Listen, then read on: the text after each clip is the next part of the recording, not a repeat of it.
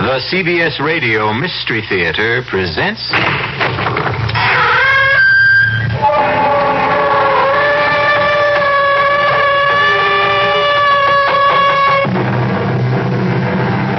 Come in.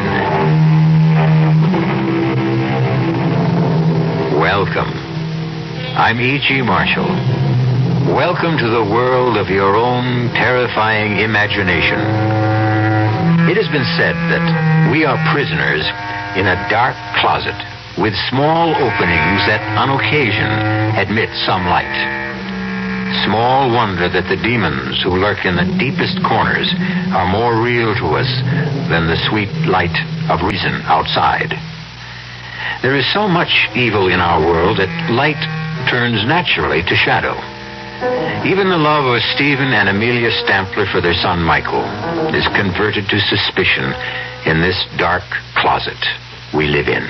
Reverend Stokes, I don't want a theological debate. I want you to tell your congregation the truth. And what is that, Dr. Stampler? That my son Michael conducts his lab experiments for scientific purposes. And shall I ask them to believe in coincidence? What coincidence? That a peaceful town is ripped apart every time your son returns. That cattle die for no reason at all. That we are suffering epidemics and the worst drought in our history.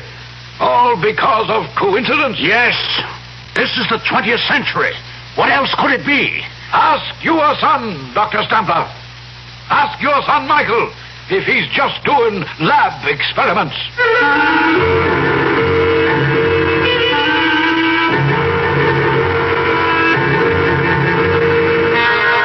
Our mystery drama, A Sacrifice in Blood, was written especially for the Mystery Theater by Milt Wisoff and stars Patricia and Ralph Bell.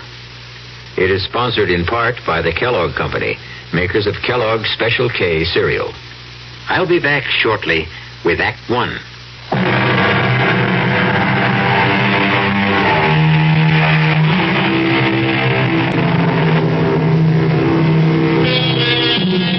And now it is time to turn to the macabre and nightmare world where there is no shortage of blood.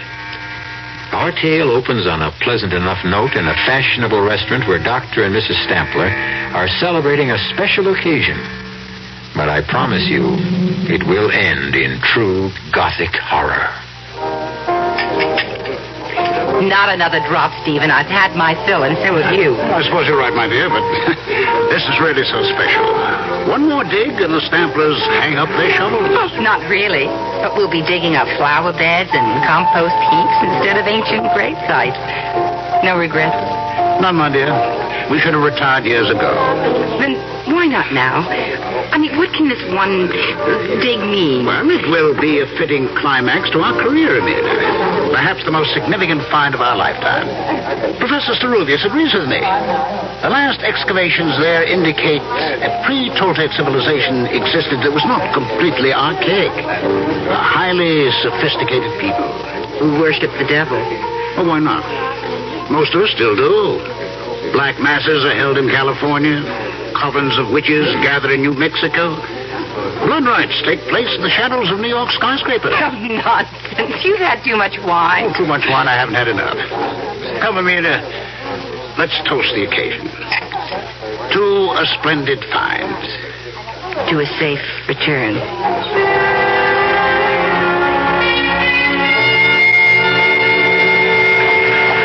Dr. Stampler?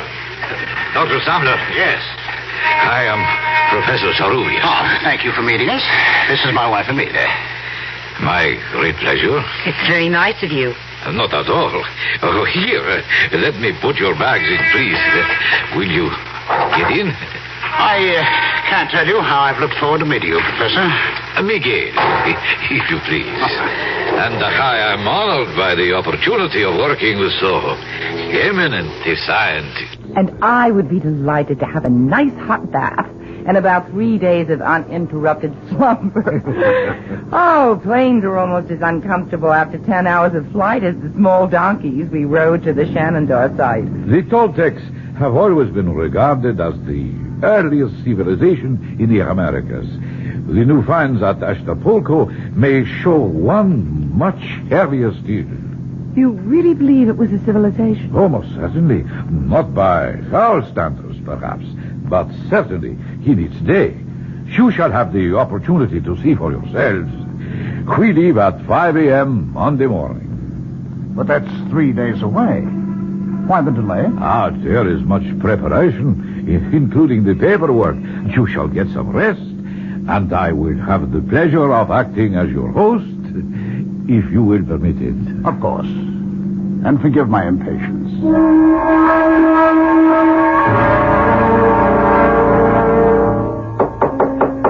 Who's there? It is I, Miguel. Just a second. Forgive me. I know it is late, but it was necessary for me to see you. Oh, that's all right. Come on in. We weren't in bed yet. What is it? I am afraid I have bad news for you. We will have to postpone our trip. Why? There is word of trouble in the mountains where the site is. But what kind of trouble? Oh, nothing serious, but it will cause us some delay. Why didn't you tell us sooner? I just learned it, Stephen, when I returned to my room. How long will the delay be? Well, that is hard to say. What kind of trouble is it, Miguel? An Indian has been found. Murdered. It was a ritual killing. His skin has been removed. Oh, God.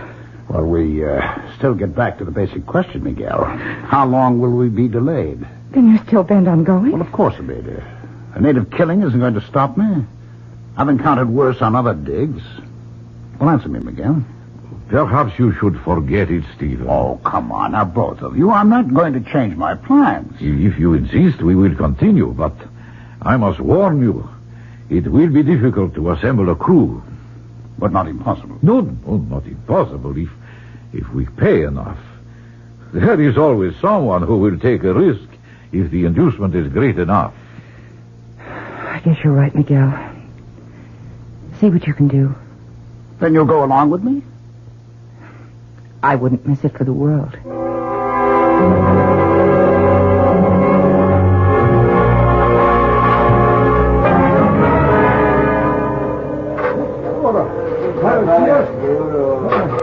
They're not making much headway, Miguel. Can't they dig any faster? We are up very high, Stephen. More than 10,000 feet. It is not conducive to strenuous exertion. They didn't display too much zeal on the climb, either. But they're not used to the altitude. Why didn't we get men who are? But you know the answer. No one else would come. You haven't seen anyone else since we got up here. They know better. They have broken through to a new chamber. Well, I hope it's more fruitful than the last one. Let's go take a look. Look there. They have an opening wide enough to go through. May I? Of course. This is your excavation, Stephen. Are you all right? Yes. Come on in. My God. It's so still in here. Even echoes die after thousands of years. We seem to be in the anteroom. I imagine the main chamber is just through those doors. It would appear so. Get the men in here. We've got to get those doors open, and it looks like one heck of a job. Siga pronto. No quiero entrarlo. Siga. No. Siga pronto. Well, what are they waiting for? They will not enter. Well, tell them they'll get docked if they're not in here pronto. It is no use. They will not come. All right, then we'll get the doors open by ourselves. Let's see how thick they are. Throw me a hammer, will you? It's pretty solid, Miguel.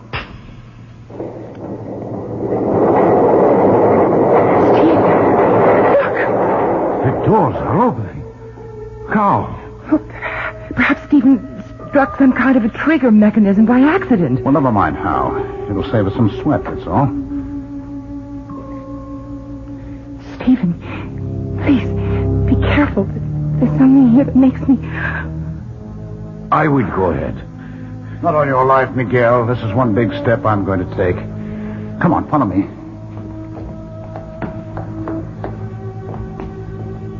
Good Lord. an enormous chamber. It's like a giant cathedral. Bring the lamps up. That door. It's cut in a single block. Oh, yes. It must weigh at least 10 tons. Look at the bas-reliefs on the walls. It is the devil that these people worshipped. Beautiful. Sinister, malevolent, but beautiful. Bring the lamps forward. What is it, Amelia? The skulls! There's piles of brilliant skulls! We have found what we're looking for. The sacrificial chambers of the temple. Yes, you're right, Miguel. Can you make out these inscriptions? I see, yes. They tell the story of the ritual. These were incense burners where human hearts smoked. The skulls piled at the base of that enormous slab of stone were sacrificed on that altar. What's that? Oh, Miguel just described it, my dear. The stone slab was the altar. No, I mean in the center of the altar. Probably the debris of centuries. I just saw something stir. It's a baby. Completely naked. On that cold stone. Oh, a poor child.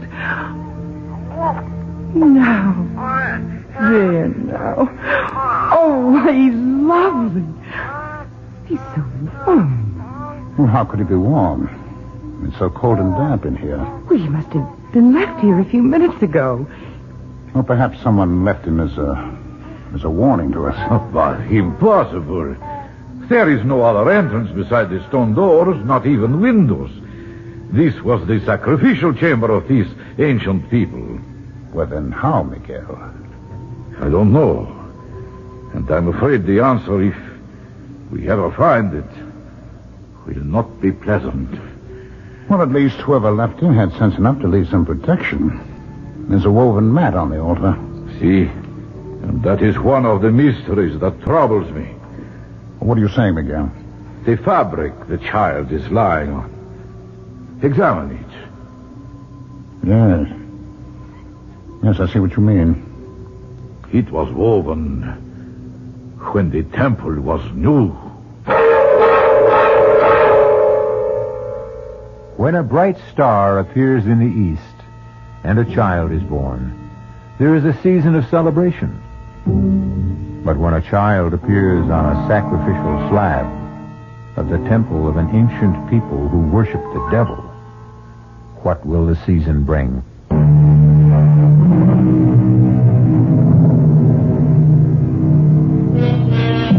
We live by the philosophy that no one is born evil, that only time and circumstance can corrupt the innocence of an infant. And yet, deep within us, we feel some doubt when monsters arise. What made Cain?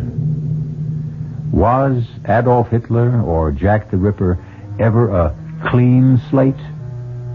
Why should we not wonder even stronger when a child appears out of nowhere in the temple of Satan? Well, I am not happy to see you leave, my friends. We'll miss you too, Miguel. Oh, that of course, but I wish you had not decided to adopt the baby and take him with you. I would have preferred you to leave him here with me until I could ascertain what his origins are. I think he's right, Amelia. There's still time to change our minds. Oh, no, we fought harder to take him with us than those artifacts from the chamber. I'm not going to give him up now. What difference does it make where our son came from or who left him there? He's a perfectly normal baby, and he means more to me than the trophies we're carrying off. Well, if you have made your minds up, then all I can say is via con Deus. I am very delighted that you both have what you wish. Stephen, your find will have an historical impact. Our find, Miguel, would have been impossible without you. And my gratitude for helping us with the baby. We've named your godchild Michael for you. Ah, a great honor, Milt. You'll keep trying to trace his parents? Yes, if that is what you wish. Don't try too hard, Miguel. It doesn't matter where he came from. We're all he needs from now on. I hope you are right, Emilia.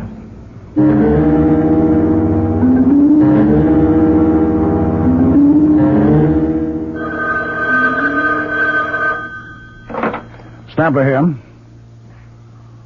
Oh, no. I'm sorry. That will have to wait. And look, another thing, don't set up any more interviews. My wife and I have had it.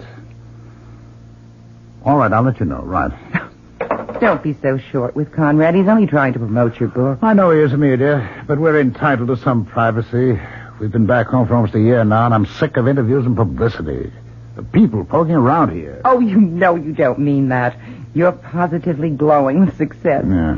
You proved your theory about the pre-Celtic people, the influence they had on earlier civilizations, and, well, just look at the results. Academic honors and, the fantastic sale of your books on the expedition. This year's been good for you, Steve. Well, of course it has, Amelia, but if we hadn't gone on that bloody trip, we'd have some peace at least. You wouldn't have Michael.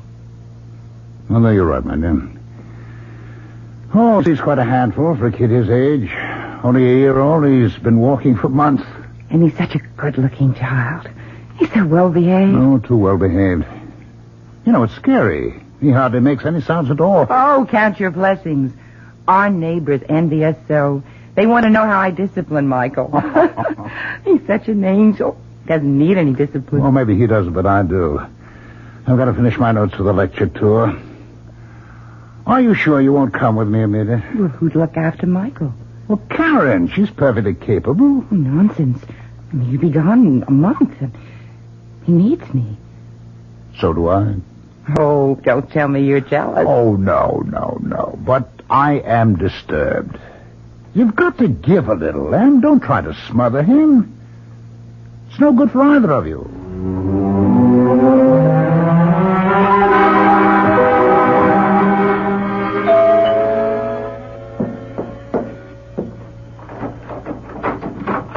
Stephen, well, I didn't expect you home so soon. It's Michael's birthday, so I thought I'd be early. I was taking a sentimental journey back through the years with Michael's birthday books. Here he is at 2. Yes, I remember. We took him to the zoo, and he was fascinated. Here he is a year ago. 5 years old, growing like a weed. Oh, that reminds me. What can I do to help with the festivities? Oh, nothing. Just relax. Where's Mike? Well, I sent him out to play. On his birthday? I don't understand. What's wrong, Amelia? Nothing. The party's off? No one's going to show up? Is that it? Oh, who cares? Well, you do for one. Why aren't they coming? Because we have stuffy neighbors with stuffy children. I just think it's time we moved. Oh, they're all out of step, hmm? That's right. Take their Oh, side. for heaven's sake, Em, I'm not taking any side. I just want to know... Well, he tears butterflies apart. Yanks legs off frogs. Well, he's inherited your scientific curiosity. Oh, you know that's impossible. Well, I mean, you set an example for him. Level with me, would you?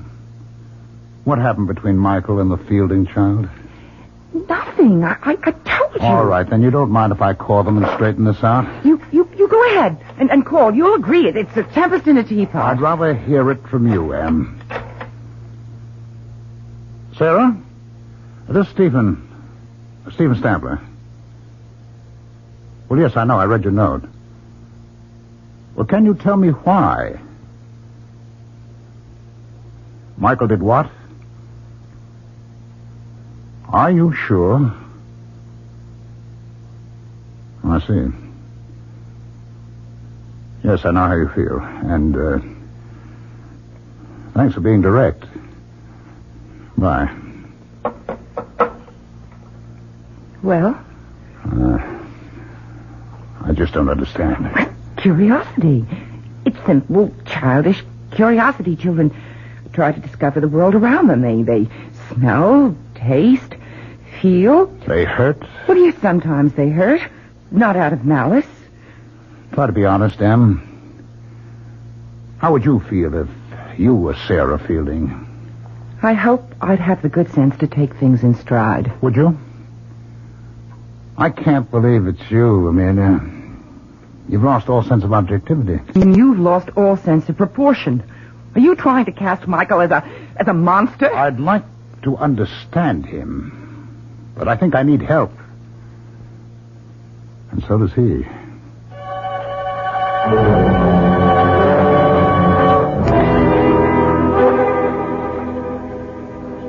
Amelia? Oh, there you are. How are the silver bells? Fine. But the cockle shells are a bit droopy, and so am I. Oh, nonsense. Very gallant, Stephen. But age is beginning to catch up. I don't know where the last 10 years have disappeared. Seems only yesterday that Michael was 6, entering school for the first time. Now he's almost grown. 17. Oh, my, you look handsome today. You're even wearing a tie. Yes, so I have. What's the occasion? We have a friend in town. Old Ceruvius. Oh, I didn't know he was in the States. Well, neither did I. He's consulting with the museum people, and he'd like to see us. I asked him out to lunch. Oh, that was thoughtful. Now, there's no need to fuss, Amelia. Of course not. I'll get the soil off my hands and throw something together. If Miguel doesn't mind, I certainly don't. Well, thank you, Anne. Is there anything I can get from town for you? No, just hurry back. Ceruvius is dying to see Mike. What time is Mike due here? Oh, dear, I forgot to tell you. There was a letter from Michael in the morning mail. He's staying at the academy through the holidays. Well, that's odd. Did he say why? Well, he wants to catch up with some school work, and there's an experiment going in the lab. He just can't leave. Well, that's too bad. Miguel was looking forward to a visit with Mike. He made quite a point of it.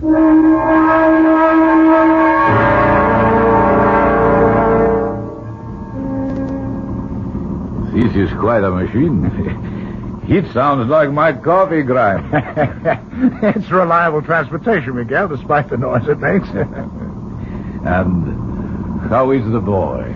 Well, very well. And so is Amelia. You look fit. I should be. I still clamber over rocks like a mountain goat and dig interminable tunnels. Have you found anything more at the old digs?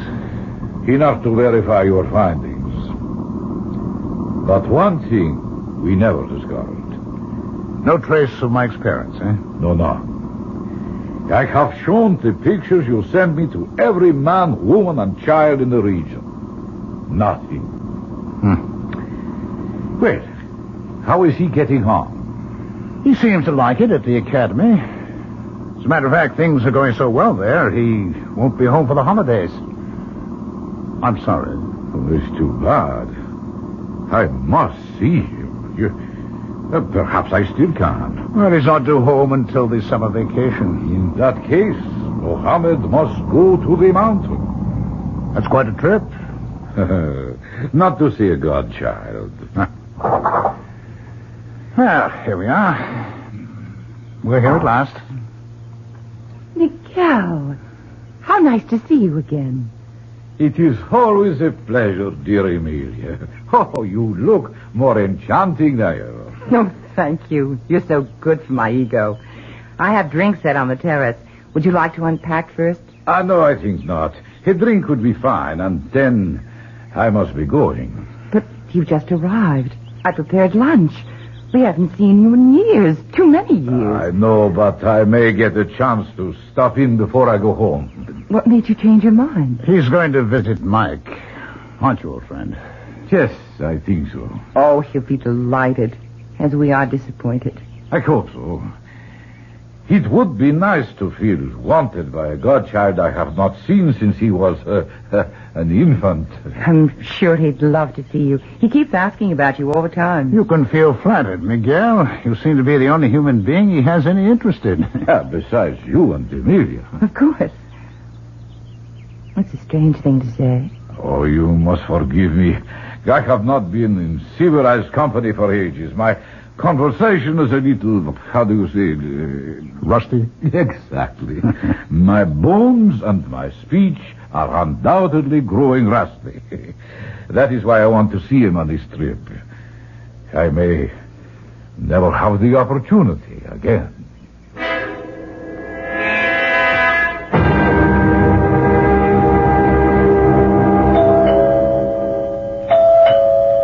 Could you get that, Stephen? I'm just finishing the shelf, dear. Very well. Michael, I don't understand. No hello? Should I go out and start over again? Quit not silly. Hello, darling. That's more like it. Stephen, it's Michael. Mike! I know. Mother had the same reaction. I just got through sooner than I thought I would, so I rushed home. Put your bags in your room, and I'll fix something to eat. You look well, Dad. Why shouldn't I? Leisure is good for the thinking classes. Oh, you look a bit drawn. Are they pushing you? No, I'm pushing myself. There's so much to do. What's new? Your godfather paid us a visit. He wanted to see you. Well, here I am. Well, you had to leave. Obviously, he didn't get to see you at the academy. No, I didn't even know he planned to make the trip. Oh, that's odd. He said he would go to the academy directly. We must have crossed paths. Oh, excuse me, Mike. Hello. Yes, this is Dr. Stephen Stamler. Would you mind reading it? What? Would you read that again, please? Oh, my God. What is it, dear? It's a wire from the academy. They found Serubius. Found him? Yes. Miguel is dead.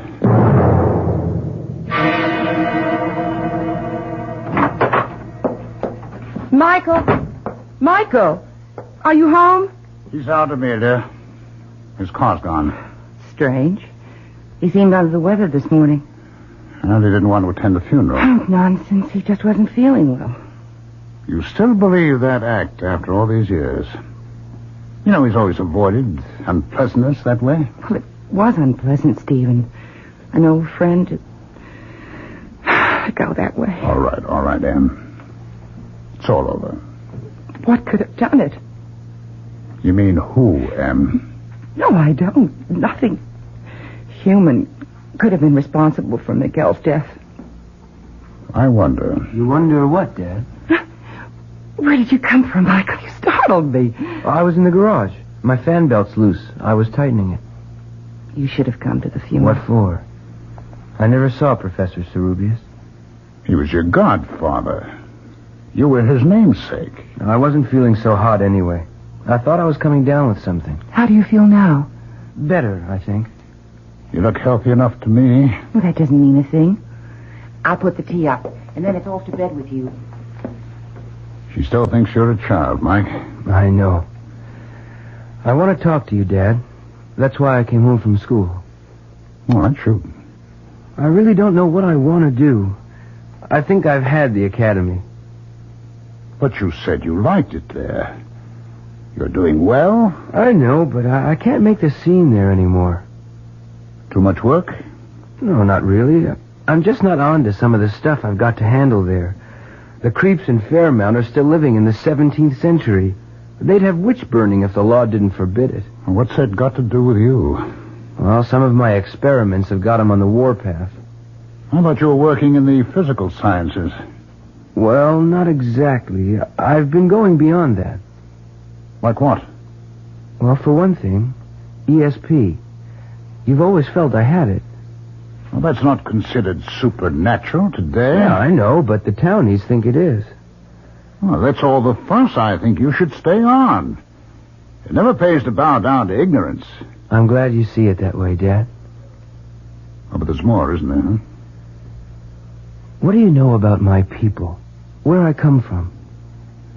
Not too much. How about Serubius?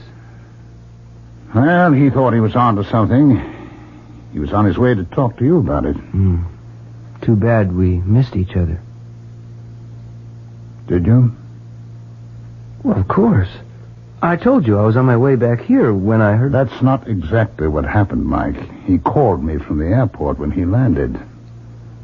What did he say? I don't know. Amelia and I were out. He left a message with our answering service. He said he was going right out to see you. That he had phoned ahead. I never heard from him. And that if anything happened, there was a letter that he was mailing to us. Well, then you did hear from him. By mail, at least. We never received the letter. Did you? Now you're accusing me of tampering with your mail? I'm only asking, Michael. Do you really think I saw Cerubius that night? Did you, Mike? You're as bad as the townspeople. What do you want to hear? A full confession? Oh, okay. I saw the old man. I killed him. Is that enough? Or do you want me to invent the gory details, too?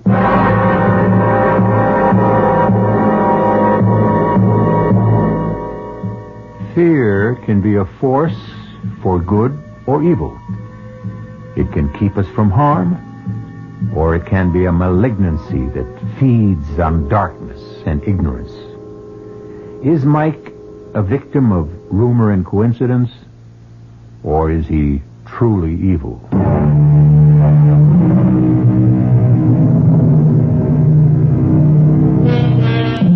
There is a peculiar kind of fear we call courage that makes us go on when all we want to do is find peace and shelter. It makes men who fear heights climb mountains. Soldiers who detest war and suffering advance on bloody battlefields. Some call it pride rather than courage. Choose now. Retreat now and regret it, or go on with me to Act 3. Mark, I've just heard from the police. They're still running down leads on the murder of Cerubius, but they admit it seems hopeless. Too bad. Did you ever get the letter he said he mailed you? No, I don't know what could have happened. Neither do I. How are you doing in the workshop? I don't know. Thank God frogs are such fast breeders. I killed them off so fast. No results? Only with our neighbors. They seem to connect my frogs with everything bad that's happening. The Gilmore child comes down with meningitis, my frogs are responsible. The drought and the unusual heat, the salmonella outbreak, all part of my wicked machinations. How would you like to come out of retirement, both of you? What do you mean? I'd like to go back to the place you found me, to see if I can trace my origins. Maybe I'll find myself then. Well, I don't know, Mike. I just hadn't thought about it. Well, then don't. Let's just do it. Oh, Father! It's a gift from our loving neighbors. It's a brick. There's a note attached to it. Let me see that, Mike. This is your last warning. Leave, or we will send you back to the hell where you belong. They're not all clods after all. Someone has imagination and a gift of expression. This is no laughing matter, Mike. I'm going to find out who's responsible for this outrage.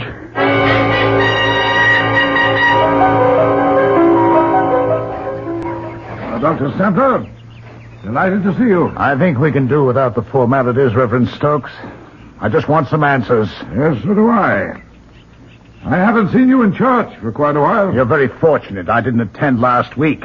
I don't think you'd care for my reaction to your sermon. Oh, then you don't believe in the presence of Satan? No, I don't. All I know is what that kind of talk leads to. Oh, the brick, you mean. I'm sorry about that. Well, yes, you should be.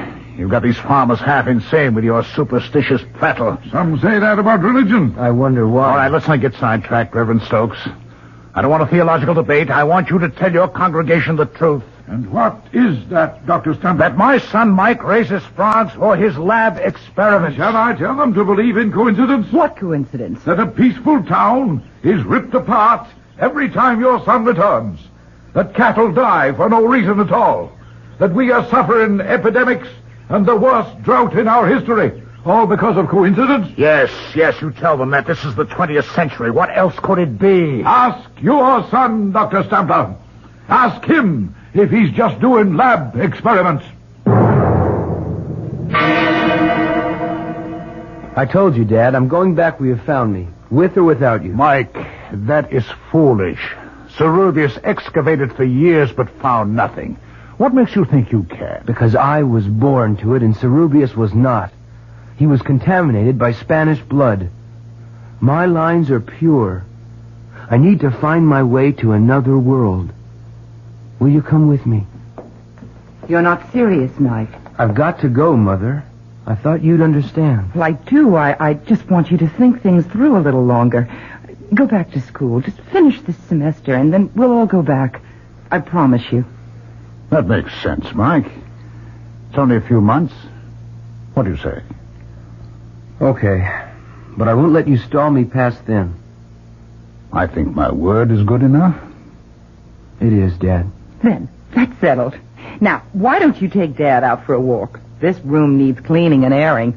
Are you implying? Not at all. I'm stating it quite clearly. Either I clean this place now, or I'll send in some goats to keep you company tonight. Now, shoot. Okay, I'll go. How about the keys to the car? I thought we were going for a walk. Take a rain check. I'd like to drive into the city. I'll be my guest. Here. Just drive carefully. Don't worry. I'll be back for dinner. Can I give you a hand, Amelia? I don't think so, Stephen. My, this place is dusty. I'll empty the trash basket for you. Just dump things into the plastic bag. Don't you feed Mike, Amelia? Of course I do. Look at all these hamburger wrappings. Well, I think he feeds his frogs with them. Oh, no. What's wrong, Stephen? You're as white as a sheet. Yeah. This piece of paper. Well, what is it? It's part of an envelope, Amelia. The one that contained the letter Cerubius wrote to us. Oh, my God. But why didn't I... Destroy the letter? That's what I'm wondering, too. And I don't like the answer I get.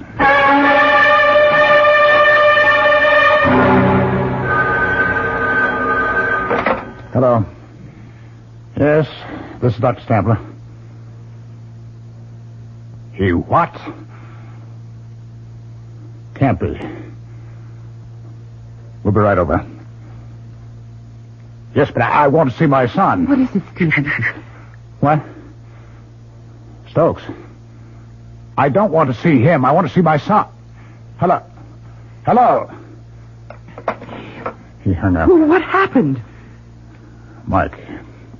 They're looking for him. What for? They claim he's killed someone. I don't believe it. What, with the car? I mean, with an accident? It was no accident. They found Claire Baxter dead. Oh, what's that got to do with Mike? They claim he was seen near the place where the body was found. Where's Mike now? He's disappeared. They found our car in the ravine. Oh, no. I'll go see. Good evening. Yes, Reverend Stokes, what is it? May I come in? No, you may not. Now clear out of here. Oh, what's wrong with you, Stephen? Please come in, Reverend. Thank you, Mrs. Stapler.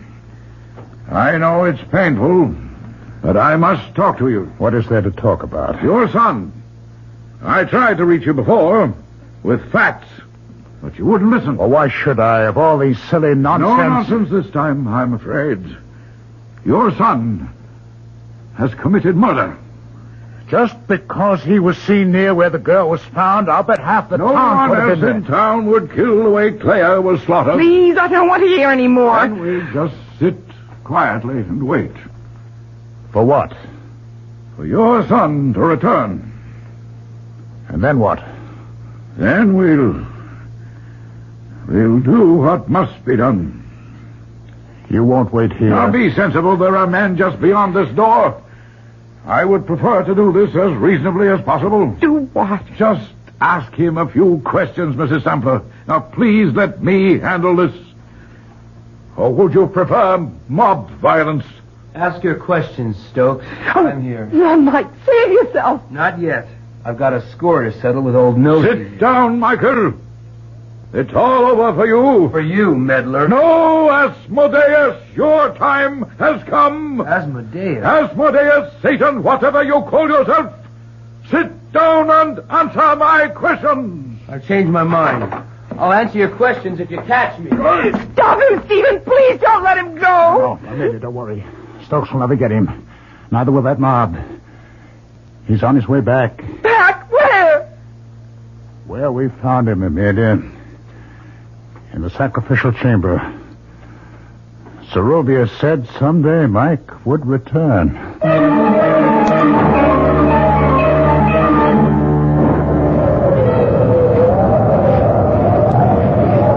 Just a while longer, Amelia. I'm all right, Stephen. Do you think we'll find him?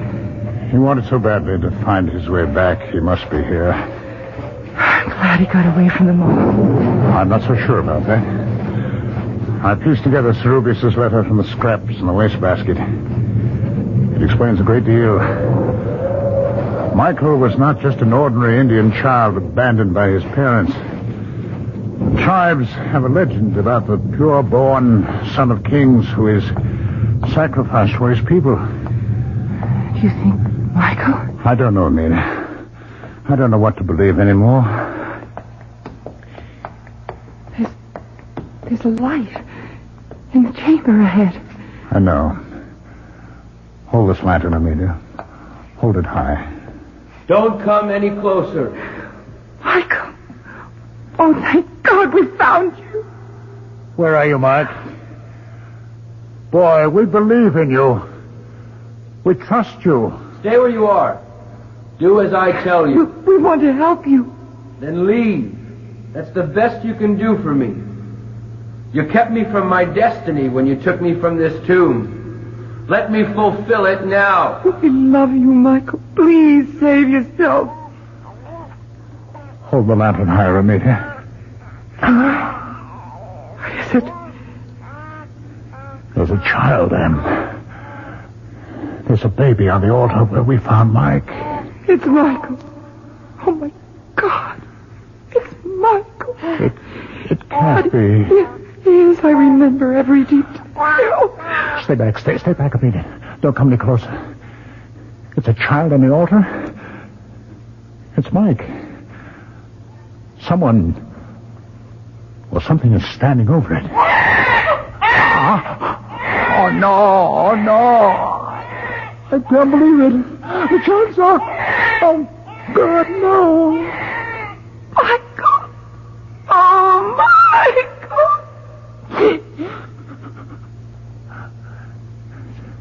It's too late, Amelia. It's all over now. Whoever it was has disappeared, Amelia.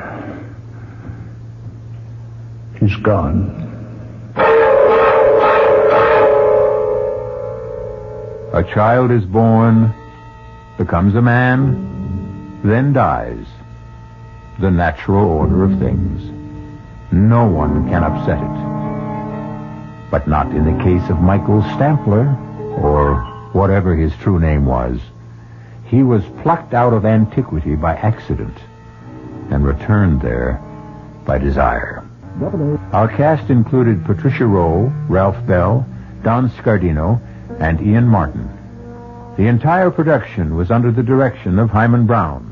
This is E.G. Marshall inviting you to return to our Mystery Theater for another adventure in the macabre. Until next time, pleasant dreams.